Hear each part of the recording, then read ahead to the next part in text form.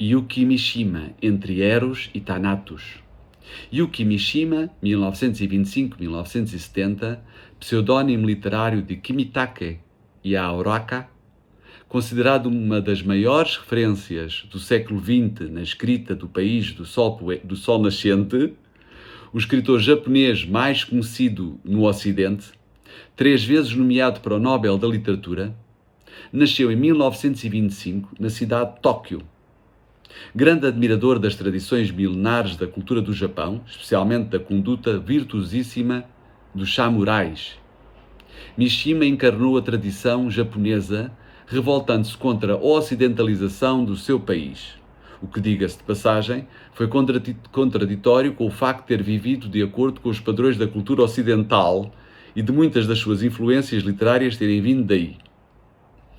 Filho de um alto funcionário governamental da classe média alta, teve de enfrentar a resistência do progenitor que se opunha determinantemente às suas pretensões literárias, considerando-as um interesse efeminado. Um menino frágil, sensível, solitário, com problemas pulmonares, foi criado pela avó paterna, uma criatura violenta e possessiva que o educou com mão de ferro. Por motivos físicos e de saúde, foi considerado inapto para o serviço militar, o que não lhe permitiu participar na Segunda Guerra Mundial.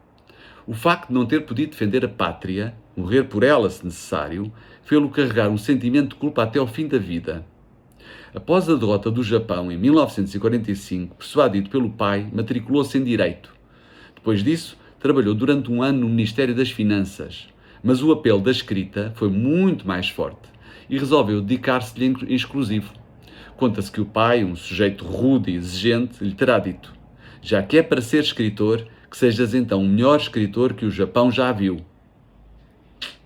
Estreou-se nas letras em 1944, ainda um jovem estudante colegial, com Anazakari no Mori, ou seja, em português, Floresta em Flor. Um longo poema narrativo de 200 páginas, escrito em japonês do século XI, no qual o narrador descreve a sensação de os seus antepassados viverem de algum modo dentro de si. A qualidade do trabalho valeu-lhe as recomendações de Yasunari Kawabata, Prémio Nobel da Literatura, que o introduziu nos círculos literários de Tóquio. Em 1949, com 24 anos, publicou Kamen no Kukawaka, Confissões de uma Máscara. O romance semi-autobiográfico, sua magnum opus, teve um sucesso assinalável. Nele, o autor expôs não só a sua obsessão com os conceitos de masculinidade, honra e morte, como a sua homossexualidade escondida por trás de uma máscara. Em 1958, realizou um casamento de conveniência com Yoko Sugiyama, tendo tido 2 filhos dessa relação. Para além de ter deixado mais de 40 romances e um sem número de contos, ensaios, poemas e peças de teatro, nos últimos anos de vida participou como ator em vários filmes e co-dirigiu uma adaptação de uma das suas histórias. Aí o escritor, que encarava o corpo como a mais bela das criações e que toda a vida praticou obsessivamente exercício físico, culturismo e artes marciais na busca do corpo perfeito, pôde exibir-se ao mundo. Mishima deixou para a posteridade a informação de que a sua primeira ejaculação teve lugar contemplando uma reprodução do tronco de São Sebastião, pintado por Guido Greni, trespassado setas. Ele próprio, nas suas inúmeras fotografias artístico-erótico-musculares, imbuídas de narcisismo, dando expressão ao seu prazer pela exibição e às suas fantasias sadomasoquista, se fotografou preso a um poste, com setas cravejadas no peito, em imagens que se transformaram em ícones gays. Dizem que possuía um fascínio erótico por corpos viris, torturados, despedaçados, esfolados, trinchados ou trespassados. A sua fixação pelo Japão Imperial levou-o a fundar em 1968 uma pequena milícia armada, tolerada e fomentada pelas Forças Armadas japonesas, formada por jovens nacionalistas de extrema-direita dispostos a tudo, inclusive a morrer pela restauração do Bushido, o código de honra dos guerreiros samurais.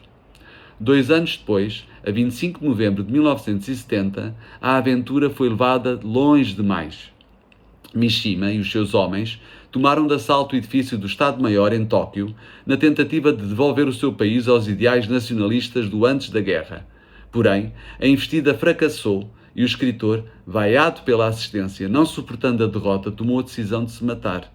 Para ele, que de acordo com a tradição samurai defendia o suicídio e que o descreveu e ensinou, arte e vida não se separavam. E a sua morte foi emblemática dessa teoria. A 25 de novembro de 1970, com 45 anos, suicidou-se teatralmente, praticando o ritual japonês Seppuku ou Harakiri, como é conhecido no Ocidente. Depois de rasgar o próprio ventre com um sabre, foi decapitado por um dos seus discípulos, de acordo com a tradição samurai. A morte do escritor foi horrível. Segundo Javier Marias, no seu livro Vidas Escritas, passo a citar, tinha pedido ao seu homem de confiança e possível amante, Masakatsu Morita, que o decapitasse com a valiosa espada quando tivesse aberto as tripas, para que não sofresse demasiado. Mas Morita, que também iria fazer Harakiri depois, falhou o golpe, nada mais, nada menos do que 3 vezes, cortando-lhe os ombros, as costas, o pescoço, mas sem atinar com a cabeça. Desculpem a pronúncia, não é fácil. Gratidão e até à próxima. Fique bem.